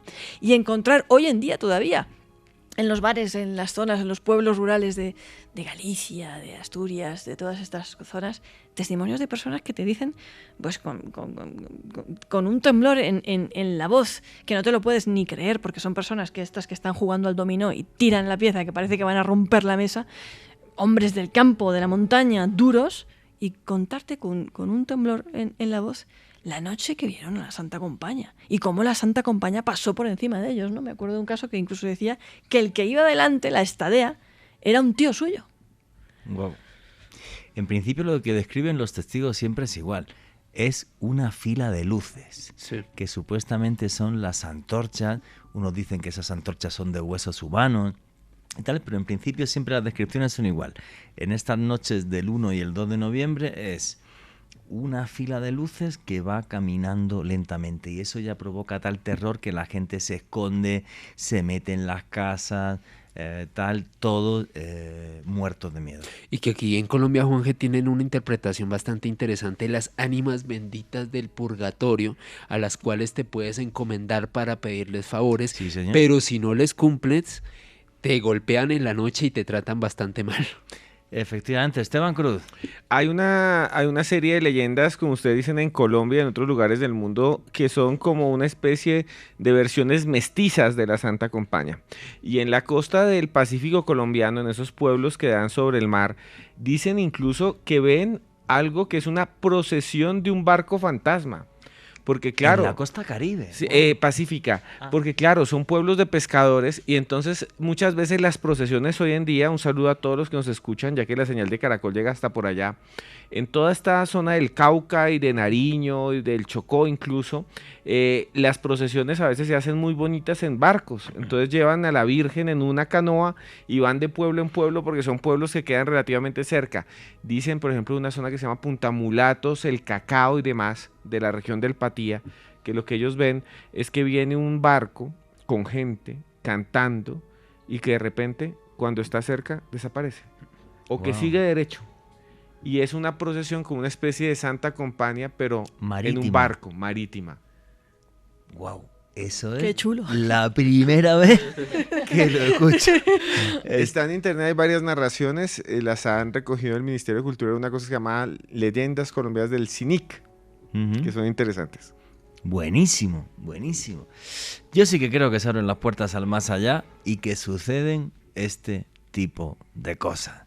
Y es curioso porque los vikingos ya nos hablaban de esto, luego las tradiciones cristianas vuelven a retomarlo y bueno, pues es curioso, ¿no? Y desde esos trenes fantasmas a esos barcos o ese tipo de procesiones. Había gente que estaba preguntando ahí por internet que cuente yo lo que me pasó así extraño, y creo que lo he contado muchas veces. Voy a ser breve que ya no queda tiempo. La única vez en mi vida que yo he visto un fenómeno poltergeist, porque un ovni en condiciones no lo he visto en mi vida, nunca. Mira que he estado noches y tal. Y Me no he encanta, visto- un ovni en condiciones, como Dios manda. Sí, claro, pues un ovni ahí que se vea una luz ahí que yo diga, Dios mío, esto es una lucecilla ahí que digo, bueno, pues, pero no, un ovni en condiciones, no he visto. Investigando fenómenos poltergeist en la huerta de San Vicente, la casa de verano del poeta granadino Federico García Lorca, una noche hace muchísimos años.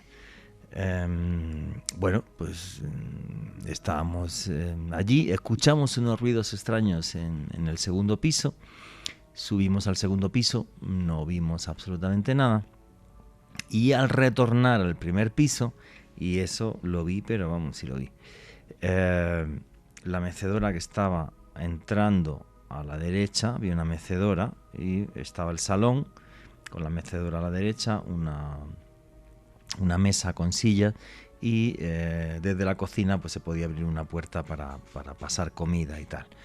La casa está como cuando vivía Federico. La mecedora se estaba meciendo sola, como si hubiera alguien invisible allí, se estaba moviendo. Nosotros nos quedamos en shock, el guardia de seguridad se puso súper nervioso y llegó y la paró. Así.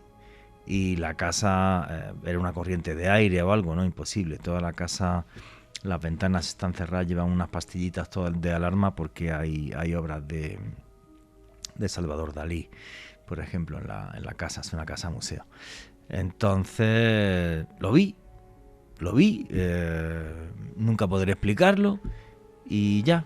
Yo sí que creo que realmente suceden cosas que no podemos explicar. Y aquello se mecía y se movía como si alguien estuviera allí.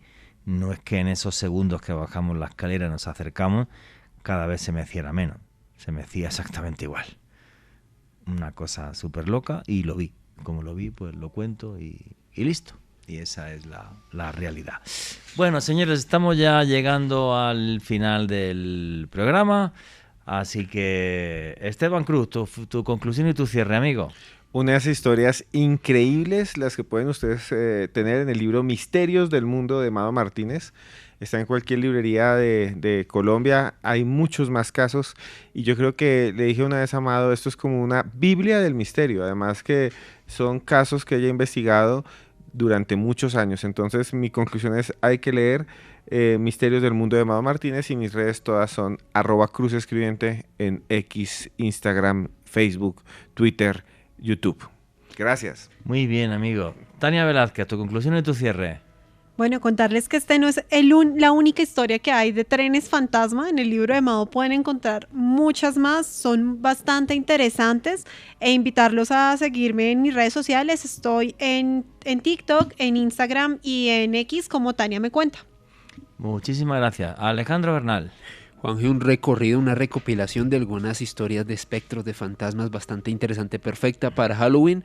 Les recuerdo, el jueves 2 de noviembre, Néstor Armando Alzate y este servidor estaremos realizando un evento aquí en Bogotá. Toda la información en mi Twitter, @alebernalpress con @S. Y si les gusta el misterio, nuevas fronteras de la ciencia y demás, los invito a que se suscriban a mi canal de YouTube, Mandrágora Misterios. Un evento el jueves en el que un servidor también estará.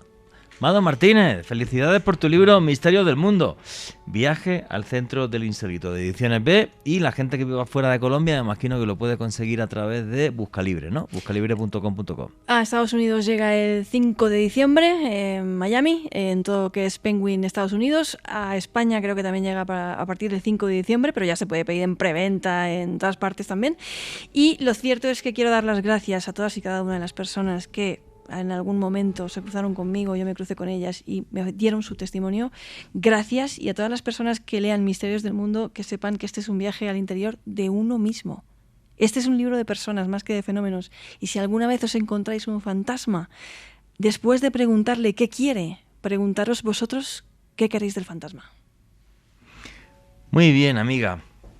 Pues recomendadísimo este libro, Misterios del Mundo, viaje al centro de lo insólito, de Ediciones B. ¿Y qué puedo deciros? Que faltan pocas horas. Faltan pocas horas para que se abra, para que se diluya la frontera entre este y otro mundo. Un mundo repleto de luces y de sombras. Un mundo repleto de misterio y de hechos inexplicables. Un mundo que de repente se funde con este. Espíritus, espectros, la Santa Compañía. Ejércitos de muertos que salen de sus tumbas. Un buen momento para comunicarse con los que se fueron para hacer de medium, y también un momento para protegerse de las sombras inexplicables que nos pueden atormentar desde el más allá. Péguense a la luz, no se rían de la bruja ni de la magia negra, porque existen. Y nunca olviden que vivimos en un mundo mágico porque está repleto de misterio.